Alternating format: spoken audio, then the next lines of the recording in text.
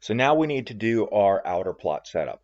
What's important to understand is the outer plot setup is really just for looks. Okay, it is when the golfer is standing on a tee box or they're hitting a putting, when they look out on your course beyond the golf course, the outer is what they're going to see. On extremely flat courses, it's not as necessary as it is with more mountainous courses.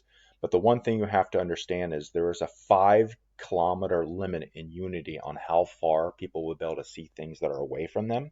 So you're not going to be able to get huge mountainscapes out there in the distance and pull that in. To do that, you got to do some other things in Unity, like bring in mountain prefabs and those types of things. So your outer is not necessary at all. You don't need to do it. If you're just building a bare bones course that you want to play personally, you don't even really need an outer. I'd recommend you do it. That way you can always just discard it later on if you don't need it. So let's go into, let me escape out of here and get into QGIS. So here we are in QGIS, and we have our inner defined from our last step, okay, which basically barely encircles, okay, our course here. And now we need to create our outer. Now for this course, there are some hills out here, so we have to make a decision on how big we want to make our outer. But remember, if a golfer is standing, for example, right here, the farthest they're going to be able to see is 5 kilometers in each direction. So really having an outer bigger than 10 kilometers, or really the size of your course plus 10 kilometers, doesn't do you any good. And even then you have to be careful, because you have to make sure that you've got enough LiDAR tiles downloaded to cover whatever plot you create here. So if you find out whatever outer that you create here doesn't have enough tiles, you might have to go back in and download more LiDAR tiles to cover your outer. So just keep that in mind.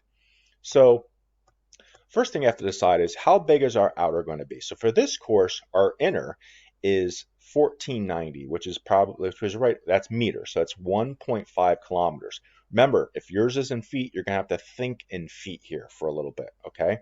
Now, if this is 1.5 kilometers, I really think my outer, I want to have it right about out to here. I want to capture probably this area.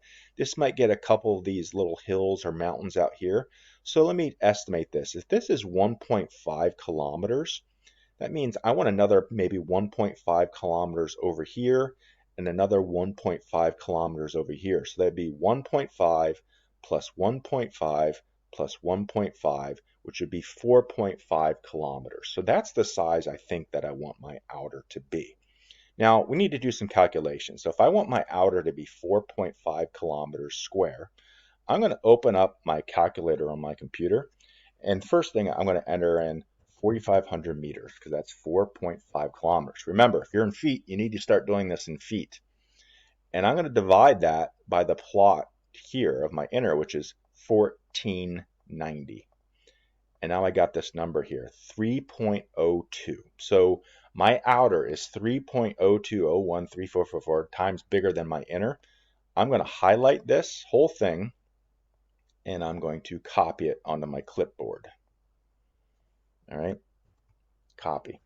So now what I'm going to, actually I might have to come back and copy this again. I'm going to come back here into QGIS first. Let me go to my inner. I'm going to open up editing for that. I'm going to go to my outer. I'm going to open up editing for that. Now I'm going to go back to my inner, and so you can see that my inner is kind of highlighted, and it's gray. You can see it's highlighted here. I'm going to come up here. I'm going to do edit, copy features.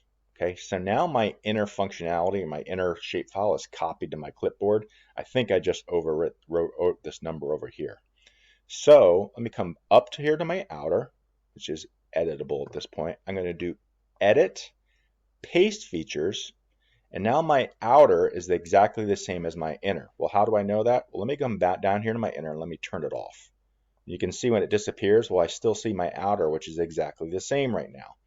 So let me come down here to my inner. I'm going to turn off editing for my inner, and I'm also going to turn off my inner so I don't see it anymore. It's hidden. Now I'm only seeing my outer right here.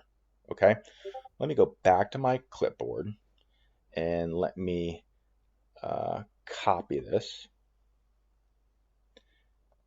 come up here to my outer, and now I'm going to find the scale feature functionality. So right here is a scale feature functionality. I'm going to click that, and I'm going to come here and click in the middle of my outer. Click. And you can see I got this. I'm not moving my mouse. Okay, I'm not moving my mouse. I'm going to hit Control V, and you can see in the upper right here, okay, my scaling number got inputted, okay, into that scaling field in the upper right corner of the window. I'd show you with my mouse, but I'm not moving my mouse. And now I'm going to hit Enter. And now you can see it automatically scaled my outer to be much bigger now. Cool, huh? So now I'm going to come up here. I'm going to click the toggle editing, and I'm going to say save. And now I have an outer, okay, that is much bigger than my inner. So what size did I make that? Well, it was 4.5 kilometers. So I'm going to come back here in my spreadsheet, and I'm going to enter that in here. Remember, if yours was in feet, you're working in another spreadsheet and you're entering in feet. So I'm entering mine here, and I'm going to save this. Okay. And then over here, I saved my outer because I untoggled it. Now I can turn my inner back on, and you can see I've got my inner here completely centered on my outer plot.